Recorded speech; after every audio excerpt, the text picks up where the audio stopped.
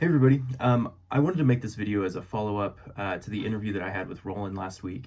I had such an amazing time talking to Roland about what inspired me to write Bleak, and going into the issues of bullying and targeted abuse in schools, and also going into what inspired me to finally publish this novel. And I also wanted to thank everyone who has reached out to me over the last week, telling me that that they had experienced bullying in high school too, and telling me how connected they felt to some of the experiences that I shared, some of the bullying experiences that I shared in my life that I went through personally in elementary school.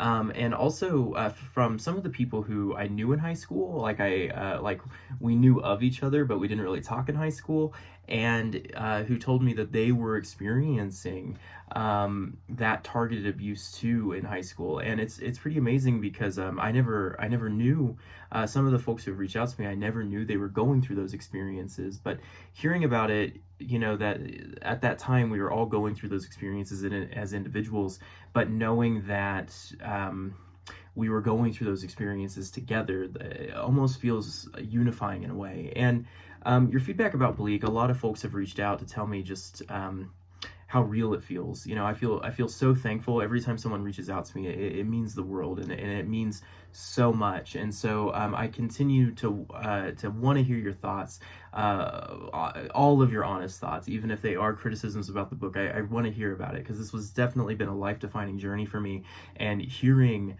how the novel has affected you so far has truly meant the world.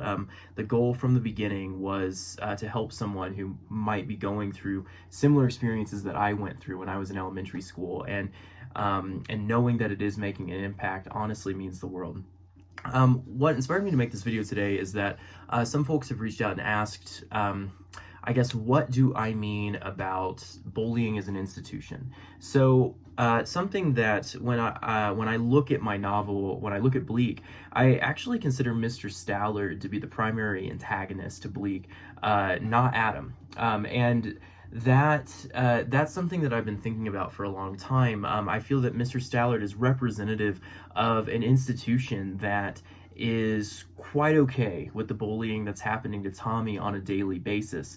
And I spoke to Roland about how a couple of experiences inspired me to write it this way. One being the experiences that I had with my teacher when I was going through, I think, the most financial hardship that my family ever went through growing up, where we lost electricity several times, and the day that I went home and our house had been locked by the bank, that there was a day where our house had been repossessed by the bank, and my parents and I thought we were going to lose our house. And my mom, being the superhero that she is, was able to work out a deal with the bank so that we could keep our house. But the day that I went to school, before I knew that, I went to school wondering if I was going to be able to come home, if I was going to have a house at the end of the school day.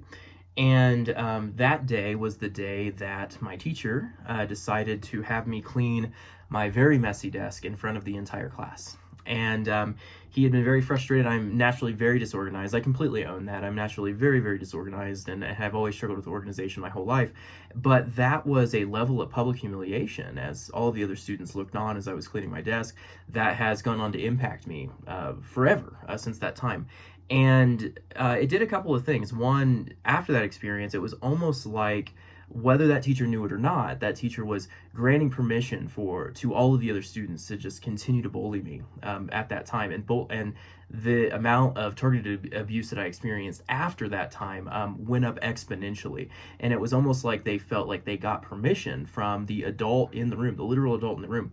And I think about that all the time now that I'm a teacher. Whenever I see a student who is acting quote unquote, who's acting different than how they normally act, I always try to think about first, I always remember that experience as a fifth grader. You know, my teacher didn't ask me if anything was going on in my personal life. That teacher didn't ask if I was struggling with anything. That teacher didn't approach me privately to say, hey, maybe we can clean the desk together. No, that the teacher instead had me clean out the desk in front of the entire class. So now as a teacher, I try to approach those things differently. I try to I try to talk to that student one-on-one. I try to figure out if something is going on that I'm unaware of. And I gotta say, it's 9 times out of 10 at the very least, at the minimum, that there is something else going on and that I would have never known unless I had asked. And what I think of when I wrote Mr. Stallard is I'm thinking of that educator, the adult in the room that students have to trust,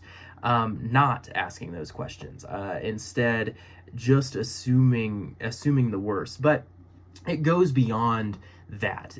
When I talk about an institution, what I think of is something that I often heard in the rural schools that I grew up in. And I went to schools in 3 different districts and 3 different small towns. And a very common phrase that I heard was that bullying does not exist here. We are a close-knit community.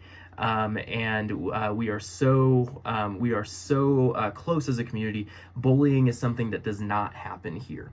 I heard that line a lot growing up, and I gotta admit, it's something that when I first started as a teacher, I continued to hear that line in certain buildings that I worked in.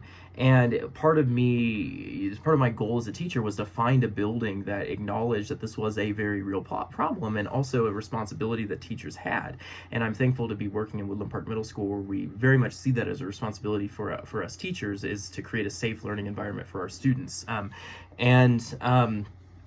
But I went to a school where whenever we talked about bullying, the line that we often heard was that it was not something that happened here.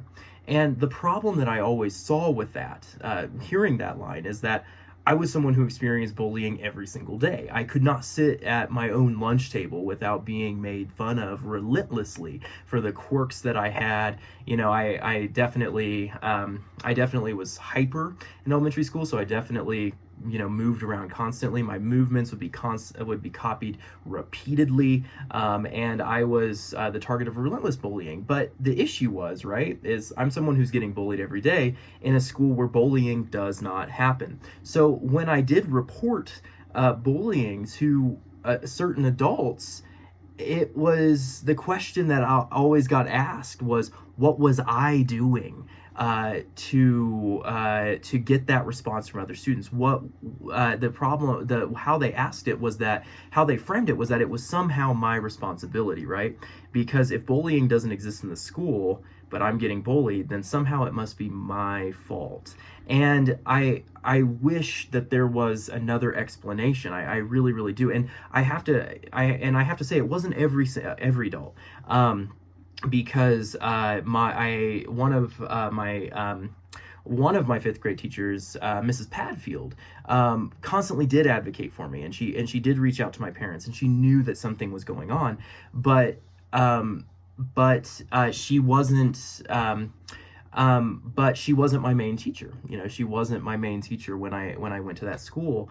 And I also here feel incredibly indebted to the school secretary, because I had not told my parents that anything was happening. My parents had both gotten new jobs. We were struggling financially. I didn't feel like it was my place to add to their plate, but I was experiencing constant bullying all the time, and no one had ever contacted my parents about it until my elementary school secretary called my parents and told them.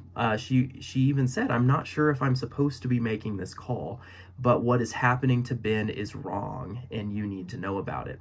And that phone call may have changed my life. If it wasn't for that school secretary telling my parents that something was wrong and that something was off and that I needed help from my parents, I may have never been transferred out of that school. That one phone call changed my life.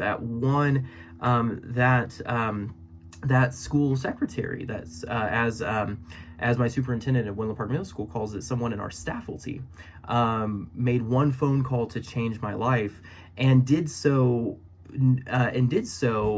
even though she worried about the repercussions in the institution that she was a part of. Because remember, she was a part of somewhere where bullying did not exist, but she saw it happening to me, and she made a difference. She made a decision that did make a difference. And I think with Bleak, the goal with Bleak was to tackle bullying as an institution. What happens when bullying exists in a place where it supposedly does not happen? How, how do you fight bullying when it's something that is happening, or that is something that is reinforced by an entire institution? And when I think of the dandelion, when I think of that little light in a very oppressive environment, I think of that school secretary. I feel so indebted to Mrs. Clausen for taking that phone call, or making that phone call to my parents, because her phone call changed my life. And Bleak, as in many ways as Bleak is a criticism, and that Bleak is a takedown of the institutions that do look the other way when bullying happens, Bleak is also a celebration of the people in those institutions who are working to make a difference in the lives of students every single day. And as always, I continue to really want to hear your feedback about this book, and I continue to appreciate all of you who are taking the time to read this book, and it is my genuine hope that it can be a light in a student's world who does need a light right now. Thank you all so much.